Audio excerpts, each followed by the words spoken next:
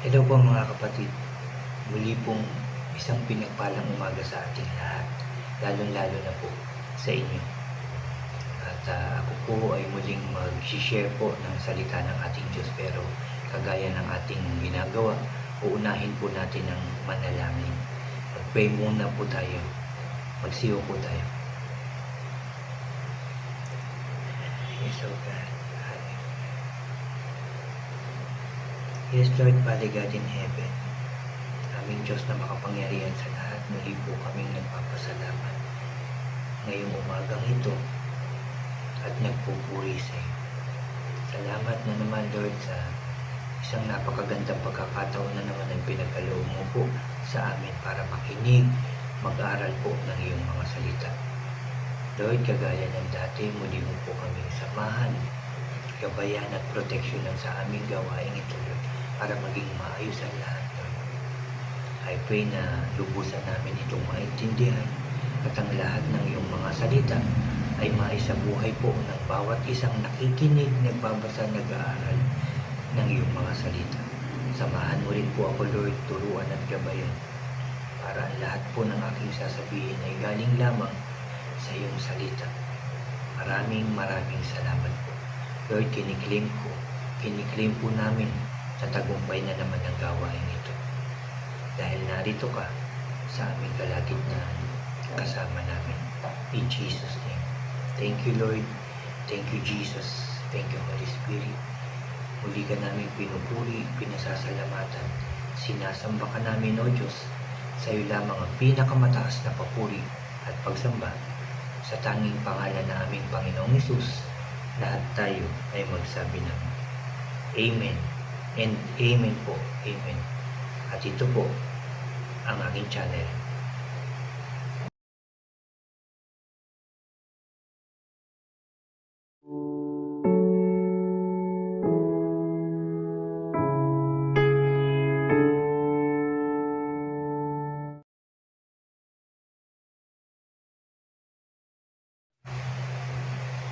Hello po ulit mga kapatid, ulitin ko lang at laging dapat sasabihin ko to sa inyo na isang pinagpalang umaga o isang pinagpalang araw po sa inyo at sa ating lahat. I pray na and I believe na excited na naman po kayo dahil excited po ako na mag-share sa inyo ng salita ng ating Diyos. At unahin ko lang po muna yung mga bago po dyan sa aking channel na huwag niyo pong kalimutan na mag-subscribe. Paki-like and share niyo po itong aking mga videos at paki-click din po ang notification bell para lagi po kayong updated sa mga bago at iba ko pang i-upload.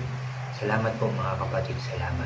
Mga kapatid, ang aking i-share sa inyo ay dito pa rin po sa Isaiah, pero chapter 66 na po ang aking i-share sa inyo. Ulitin ko lang, Isaiah chapter 66, at ang focus po ng aking devotion ngayon ay dito sa verse 5 and 6 po.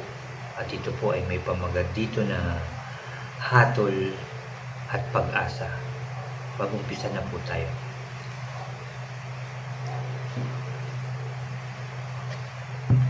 Ito ang sabi ng Diyos dito sa verse 5 at verse 6. Pakinggan ang sinasabi ni Lord, kayong mga takot sa hatol niya, yung kababayan yung galit sa inyo at nagpapalaya sa inyo dahil sa akin. Sabi nila, ipakita ni Lord ang power niya para makita namin kayong masaya, pero sila ang mapapahiya. At verse 6, pakinggan nyo, may ingay sa city, may boses na galing sa templo. Ang boses ni Lord nagbibigay ng parusa sa mga kalaban niya. Amen. At salamat sa pagkakasabi, pagkakabasa ng salita ng ating Diyos. Salamat po.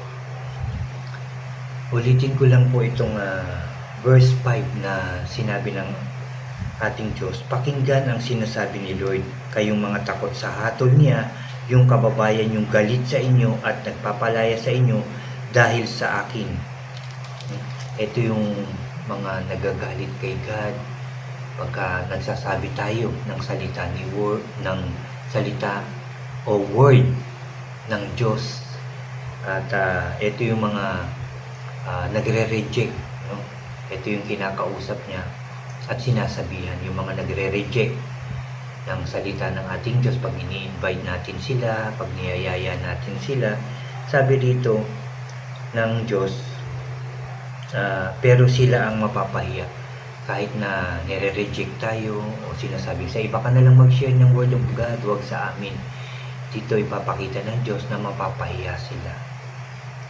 At maririnig nila, sabi sa verse 5, pakinggan nyo, may ingay sa city, may boses na galing sa temple, ang boses ni Lord, nagbibigay ng parusa sa mga kalaban niya. So dito tinuturo sa atin na huwag natin i-reject yung Word of God. At pag sinasabi nyo, hindi naman Word of God yung nire-reject namin, yung nagyayaya ng Bible study sa amin o nag-i-invite sa amin. Hindi naman po yung salita ng taong nag-i-invite sa inyo ang sasabihin niya, kung hindi yung salita ni God. So yung salita ni God ang inyong nire-reject sa inyong buhay at sa inyong tahanan. Ginagawa lang nila yung sinasabi ng Diyos o inuutos ng Diyos na mag-share ng Word of God sa lahat ng tao. Pinutupad lang nila ito. Pero yun nga, minsan o madalas, nire-reject po natin ito. Inaayawan, saka na lang, huwag na sa akin, sa iba na lang.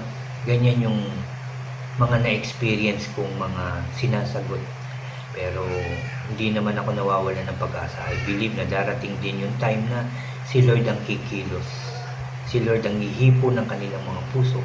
At si Lord yung magdadala sa kanila sa simbahan para makapakinig ng kanyang mga salita. At si Lord din ang ihipo sa kanila para dumating yung time na sila'y oo sa invitation na makinig, mag-aral at magkaroon ng isang Bible study sa kanilang tahanan. Darating din yan, hindi masasayang ang lahat ng mga ginagawa ng mga tunay na naglilingkod kay God, mga sumusunod kay God, mga pastors, leaders. Hindi po mawawalang saysayan. I believe na kikilos ang ating Diyos. Ito'y panawagan sa lahat ng tao. Hindi lang sa mga nagsishare ng Word of God, sa mga nakikinig din, at sa mga ayaw o hindi pa nakakapakinig ng salita ng Diyos. Ito'y panawagan na huwag natin i-reject ang salita ni God. Papasukin natin siya sa ating mga buhay. Dahil siya nag-i-invite sa atin. Papasukin natin siya sa ating mga tahanan. Papasukin natin siya mismo. Ang kanyang presensya, ang kanyang pagpapala, ang kanyang pagmamahal, ang kanyang kagandahang loob sa atin, lalo-lalo na yung kapatawaran na ibinibigay, ino-offer ng Diyos sa ating lahat. Dapat ito'y ating tanggapin, mga kapatid. Isipin natin itong mabuti. Kung bakit tayo tinatawag o ini-invite ng ating Diyos na makinig ng kanyang salita. Dahil nga, sa mga nasabi ko na, nandyan din yung pagmamahal ng Diyos sa atin. Gusto niya maligtas po tayo sa ating mga kasalanan. Ayaw niyang mapahamak tayo. Gusto ng Diyos, makasama natin siya dun sa kanyang kaharian, dun sa langit. Yan ang gusto ng Diyos, hindi lang sa akin, hindi lang sa inyo, kundi sa ating mga mahal sa buhay at sa lahat ng tao. Yan ang gusto niyang mangyari. Yan ang gusto niyang ibigay. Yun nga, kagaya nga dito sa sinabi sa aking binasa na yung mga taong sabi yung mga kababayan yung galit sa inyo at nagpapalaya sa inyo dahil sa akin. Pinararating niya to sa inyo na makinig, sumunod sa ating Diyos at papasukin siya sa inyong mga tahanan dahil gusto niya kayong makausap. At I pray na dumating na yung time na pakinggan po natin yung gustong sabihin ng Diyos sa atin. Yan po yung sinasabi sa atin ng Diyos ngayong umagang ito, na patuloy tayong dun sa mga nakikinig na, dun sa mga may mga Bible study na sa tahanan. Salamat po at talagang tinanggap nyo ang ating Diyos sa inyong mga buhay at sa inyong mga tahanan at dun sa mga wala pang Bible study po. Papasokin niyo ang Diyos sa inyong tahanan at makinig tayo ng kanyang sasabihin sa inyo. Ipag-pray natin ito. Kung wala pa nag-i-invite sa inyo, may darating po dyan. Pag-pray nyo lang na dumating na yung time na kayo din sa inyong tahanan ay makapakinig ng salita ng Diyos. Kayo din sa inyong tahanan ay papasukin ang ating Diyos. Papasukin ang ating Panginoong Hesus at papasukin ang kanyang plano sa inyong buhay at papasukin ang biyaya na gusto niyang ibigay sa inyo. Yan po ang gustong sabihin sa inyo ng ating Diyos ngayong umagang ito sa inyo at sa ating lahat na mga tao na ang Diyos ang gumawa at nagbigay buhay sa ating lahat. Salamat po. Ulitin ko lang, yung aking sharing po sa inyo ay Isaiah chapter 66 po. At ang aking share po ay yung verse 5 and 6. Basahin niyo po ulit yan. At sigurado ko may ibang sasabihin pa sa inyo ang ating Diyos. Uli nagpapasalamat ako sa Diyos sa binigay na naman niyang chance para makapag-share ako sa inyo ng kanyang salita. Salamat sa lakas na loob na binibigay niya sa akin, sa pagturo niya sa akin para kung ano yung sasabihin ko. Salamat dahil nandyan din ang banal na Espiritu para gabayan ako, turuan at samahan. At salamat din sa patuloy niyong pakikinig ng salita ng ating Diyos. Makinig din kayo, isabuhay niyo rin to at lalong-lalo na i-share din niyo ito sa inyong mga mahal sa buhay, kaibigan, kapitbahay, katrabaho, schoolmates, ano po, i-share niyo po ang salita ng Diyos para makilala din nila ang ating Diyos. Invite niyo rin sila mag-church, mag-open ng Bible study sa kanilang mga tahanan dahil hindi po kayo na nag-invite ang pinapapasok nila kundi ang Diyos na makapangyarihan sa lahat. Amen and amen. At muli salamat sa salita ng ating Diyos at salamat din po sa inyong lahat mga kapatid at muli tayong lalapit, tatawag sa ating Diyos. Kayo rin, binibigyan tayo ng privilege ngayon ng ating Diyos na tayo makalapit sa Kanya, makahingi sa Kanya. Magsiyo po tayo. Yes, O God, Father God in heaven, muli kami nagpapasalamat, nagpupuri sa iyo, O God. Salamat po, Lord, dahil sa pagkakataon na naman na ipinagkaloob mo una sa akin, Lord, para mag-share ng iyong salita at sa mga taong nandyan nagbibigay ng oras para makinig ng iyong mga salita. I pray, Lord, hindi lang ito namin basta napakinggan, kundi dapat itong maisabuhay ng bawat isa at ma-share din sa ibang tao. Tulungan mo po kami, samahan mo po kami, proteksyonan mo po kami, Lord God. And I pray sa pangalan ng Panginoong Hesus na lahat ng aming i-invite ay sasagot na ng oo sa pangalan ng Panginoong Hesus. Lord, maraming salamat sa katagumpayan ng aming gawain ito. Salamat po. Marami na naman kaming natutunan. Dito sinasabi mo at tinuturuan mo po, pinapaalala sa bawat isa na papasukin ka sa kanilang mga buhay, sa aming mga buhay at sa aming mga tahanan. Huwag ka namin i-reject. Salamat po, Lord. Salamat, Jesus. Salamat, Holy Spirit.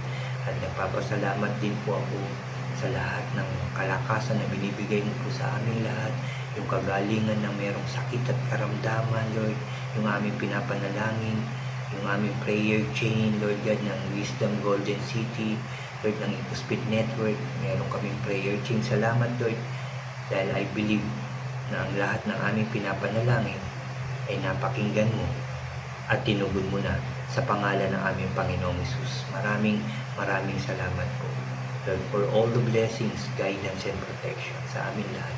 Salamat sa pagkain. Salamat sa magagandang bagay. Salamat sa katagumpayan namin. Salamat sa pag-iingat mo sa amin. Salamat sa maayos na pamumuhay, Lord. Salamat dahil nandyan ka palagi sa aming buhay. Maraming salamat sa pagtulong mo sa amin, Lord. Sa pagbago mo ng aming buhay. Sa pagbago mo ng aming puso at isipan, O God. Salamat po. Salamat po dahil ayaw mo po kami mapahamak. Ayaw mo magkagulo ang aming buhay, Lord. gusto mo maging maayos, masaya, masagana at tagumpay ang aming buhay. Kaya ako po ay nagpapasalamat every day, every minute sa iyo, O Diyos, sa pinagkakaloob mo sa amin lahat, sa lahat ng pagkakataon at pag-asa sa aming buhay. Sa iyo ito nanggagaling at sa iyo lang namin ito makakamtan. In Jesus' name. Thank you, Lord. Thank you, Jesus. Thank you, Holy Spirit. Salamat po sa iyong pagmamahal sa aming lahat. Salamat po. Hindi ka po nagbabago. Salamat po sa pagpapatawad mo sa aming mga kasalanan. Salamat po. And I pray sa pangalan ng Panginoong Jesus na hindi na kami magkasala pa. At sumunod kami ng totoo, tama at tapat sa iyo. In Jesus' name. In Jesus' name. Thank you, Lord. Thank you, Jesus. Thank you, Holy Spirit. Pinupuri ka namin, pinasasalamatan, sinasamba ka namin sa iyo lamang ang pinakamataas na papuri at pagsamba sa tanging pangalan na aming Panginoong Hesus. Lahat tayo ay magsabi ng Amen, Amen, and Amen po. Amen. Salamat. Salamat sa Diyos dahil tinugon na niya ang ating mga panalangin. God bless po sa inyo lahat at God bless po sa ating lahat.